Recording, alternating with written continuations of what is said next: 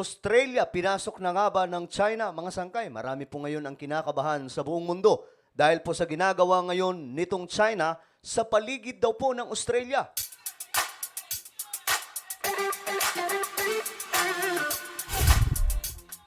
Mga sangkay, nagkakaroon po ngayon ng panic, no? Sa iba yung dako. Lalong-lalo na po may ginagawa ngayon itong China, mga sangkay. At ayon po dito, mukhang may pinaplano daw pong pag-atake. Sabi po nila, mga sangkay, sa international, itong China sa Australia. Ngayon, sabi po ng mga opisyal nila, manatili lamang pong kalmado kasi marami pong mga residente doon, mga sangkay, nag-aalala ngayon. Natatakot po sa nangyayari sa ginagawa po ng China.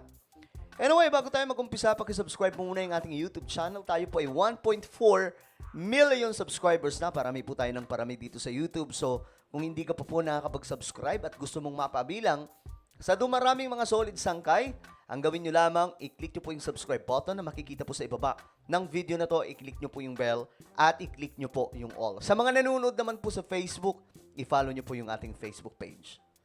Okay.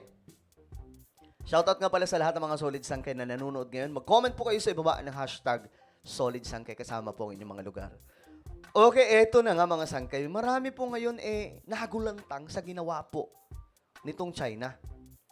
Ayan po, nagkakaroon daw po mga sangkay ng military activity ang China sa Australia. Ang kala nyo, Pilipinas lang. Pati na daw po sa Australia, mga sangkay. Kaya marami po ang natatakot. Pati sa Pilipinas, binalita ito mga sangkay. Ayan po, Defense Minister, hinimok ang Australia na huminahon sa gitna ng presensya ng Chinese warships. Kasi andun daw po ngayon yung mga warship ng China sa paligid daw po ng Australia. So anong mayroon mga sangkay? Anong pinaplano nila? Tingnan po natin ang balitang ito mga sangkay sa international. China is rehearsing for an attack on Australian infrastructure and military bases. So nagsasanay daw ng pag-atake ang China doon sa Australia. That's the warning from a former bureaucrat as a trio of warships continues its journey around the country. Kaya na nga po. Tonight we're being told the group is under the highest ever level of surveillance, but questions remain about a major communication breakdown under the ADF's watch. Grabe, no? Nakakagulat to mga sangkay. Aba, nagpang-abot na sila sa Australia. Ang lupet.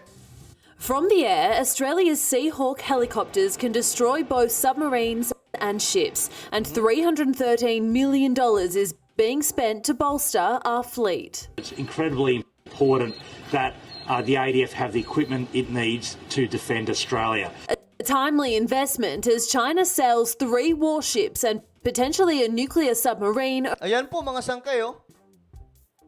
Nagpang-abot na po sila doon sa Australia. Naku, masisira po lalo dito ang China, mga sangkay. Ako, alam nyo, yung China po talaga ngayon, isa pong malagong bansa. Isa pong kinikilala mga sangkay na progressive na bansa ngayon, ang yaman po ng China. Siguro, ito po yung dahilan mga sangkay, kung kaya parang inaabuso po nila yung mga nangyayari ngayon. Kahit po yung mga ganitong mga bansa, mga sangkay, ibang mga bansa, hindi na po sila natatakot, pinapasok po nila. Maliban po sa China. Sa Japan. Kasi ang Japan po talaga, kinakatakutan nila. Kasi once na may mali silang galaw, pwede po silang rektahin ng Japan na atakihin. No? Ngayon, itong Australia, ito po ang ginagawa ng China ngayon. Around the country. They are being shadowed by the Anzac frigate, HMAS Stuart. The task group is currently about 600 kilometres off Adelaide. Ayan po mga sangkayo, ito yung China, ito po yung Australia. Anak ng toko. It's been under constant surveillance since the first ship entered the Arafura Sea earlier this month. Another 2 and potentially a sub joined further south several days later before moving down the east coast where they conducted a live firing Dito po sila nagsagawa ng military activity, mga sangkay, oh. exercise off Eden Friday and another drill on Saturday. Grabe, nag-military exercise pa itong mga to, mga sangkay. They've since made their way around Tasmania and through the Great Australian Bight to where they are now. Chinese are signalling They are practicing and rehearsing, and they are collecting. Nagpa-practice na daw ng pag-atake ang China sa Australia. Warning escalated today by a former bureaucrat. They are rehearsing. What do you think they're rehearsing for? Land strike missions against Australian infrastructure and bases. But it's been dismissed by the PM. Okay, ngayon mga sangkay, eto, tingnan po natin. Ngayon, dahil po, medyo nagpapanik na eh.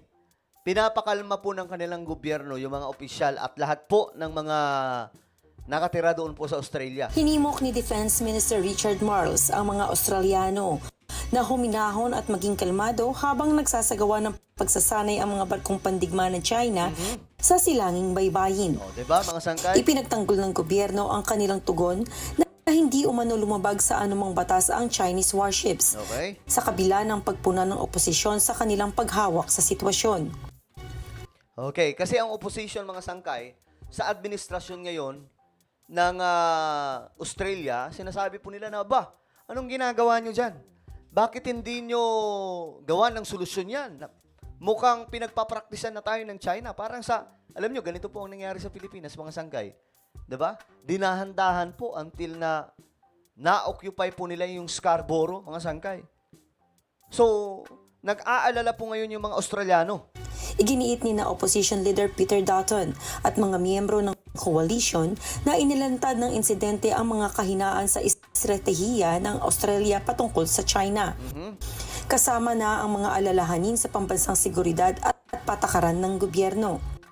Samantala, tinutulan ni Foreign Minister Penny Wong ang oposisyon.